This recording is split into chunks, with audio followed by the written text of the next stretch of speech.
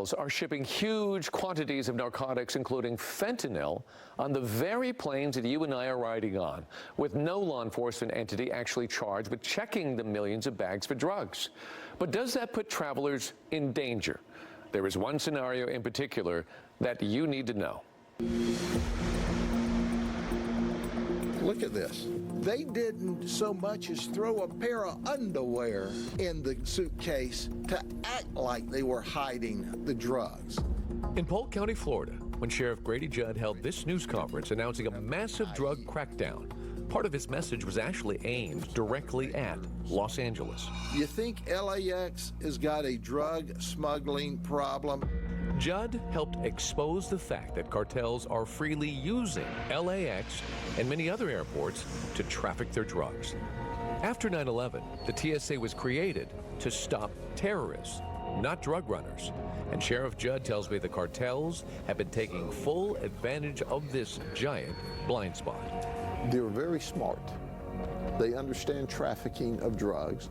With drugs on planes, are passengers in danger? The answer largely is no.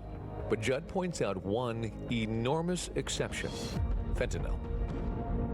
First, you've got to understand that fentanyl in the size of 2 grains of salt can be a deadly overdose. This picture shows what he's talking about: a deadly dose of fentanyl compared to the size of a penny. If fentanyl is smuggled into the cabin of a plane, that's a problem. When it comes to LAX, what kind of fentanyl cases have you run into there? So we've come across a number of different types of cases. Sometimes the drugs are transported using checked baggage. Other times, because the drugs are so valuable, they want to keep them in their possession, so they'll come in through carry-on luggage. And we catch kilogram quantities, pound quantities all the time in that way. U.S. Attorney Martin Estrada confirms fentanyl has been infiltrating the cabins of planes. In other words, it's right there next to innocent passengers. So most recently, we had a case in which a woman tried to transport over 10,000 fentanyl pills through a neck pillow that she had brought onto the plane. And there's this case where 12,000 fentanyl pills were discovered at LAX, hidden in candy boxes. And since TSA is only searching for weapons and explosives, not drugs, and since many people travel with medications, Jason Pantages, head of the TSA at LAX, tells me a few pills likely won't set off any alarms. You know, if somebody just saw pills in a bag, they're not gonna, I don't know that they would stop it just for pills, because it kind of gets outside of the scope of our search authority. Punch your face close to that shit. Yeah, that stuff's no joke, dude. It's super dangerous. We've all heard the stories of first responders overcome by simply being around fentanyl. Like this case in San Diego. All 6, Army 1141. Naloxone, also known as Narcan, is being administered as a life-saving measure because of its ability to rapidly reverse an opioid overdose like fentanyl. Yes, code cover. Sit down. Sit down. Keep your Narcan. To this police officer near Orlando. Stay with me, okay? Yeah. Call EMS. To this Jacksonville Sheriff's deputy. Breathe in. Breathe in, breathe in, breathe in, breathe in, breathe in, breathe in. There are many reported cases like these. It's why Sheriff Judd and other members of law enforcement are so concerned. You don't even have to bring a kilo on board. You can bring a few ounces on board, an ounce on board, and all of a sudden it gets distributed. Before we get too panicked over the power of fentanyl, let's get some clarity. Yes, if ingested, it certainly is incredibly lethal.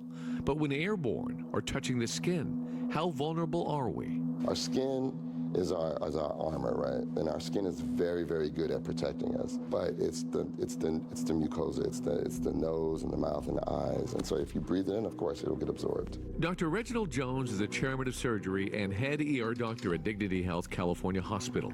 He has dealt with fentanyl in many different ways and says, yes, we could feel the effects when near it. What if fentanyl, the powder form, is loose in the cabin of an airplane? What happens then?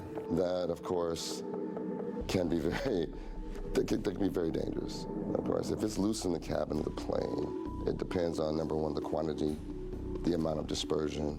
And that's where we can ease our fears, at least a little. Dr. Jones says recent studies show it would actually take a lot of fentanyl in the air to cause an actual overdose by simply breathing it. It would probably be a really rare event. That's important because our sources tell us addicts are also bringing fentanyl on board and smoking, snorting, or injecting it, making everyone vulnerable. Sarah Nelson, president of the Flight Attendants Union, confirms the growing problem. Would you say flight attendants are properly trained when it comes to fentanyl overdoses and how to handle them?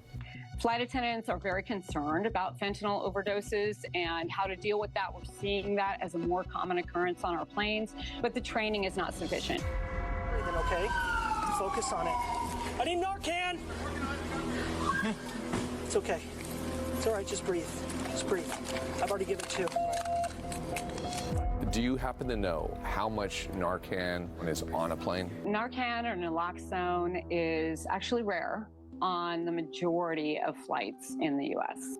It's a tragic thing to go through as a crew member who is known as aviation's first responders, who is very aware that our charge is the safety, health, and security of the passengers who are in our care, and to not have the proper tools to be able to respond and save lives. That also is a heavy burden for us and something that needs to change immediately. When and if planes do carry Narcan, will there be enough?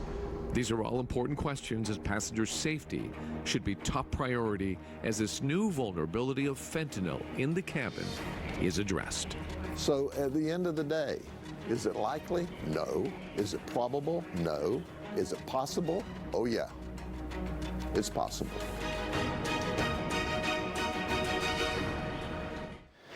And just last month, the Federal Aviation Reauthorization Bill was signed into law, and it mandates planes carry Narcan. But it doesn't stipulate how much or when to get it on board, and it does not mandate any fentanyl training for flight attendants or pilots. In the world we live in, carrying our own Narcan is always a good idea. And that's a message that we are always talking about here in Eyewitness News. Yeah, we've got it in the schools now in L.A. Yep. Be a good idea, I guess, for the pilots to make sure they have it. Yeah, everybody on board. Yeah. And we understand now that Congress is reacting to this investigation. Yeah, as soon as this came out, obviously this is one of those problems that is so complex and so big, it's going to need changes from the very top. So we are getting some members of Congress reacting. How can we fix this problem? We're going to talk about that in Eyewitness News at 5 o'clock. Okay. And Friday. Sorry, on Friday at 5. Sounds good. We'll look forward to that. Thank you, David. Thank you. Well, watch part 4.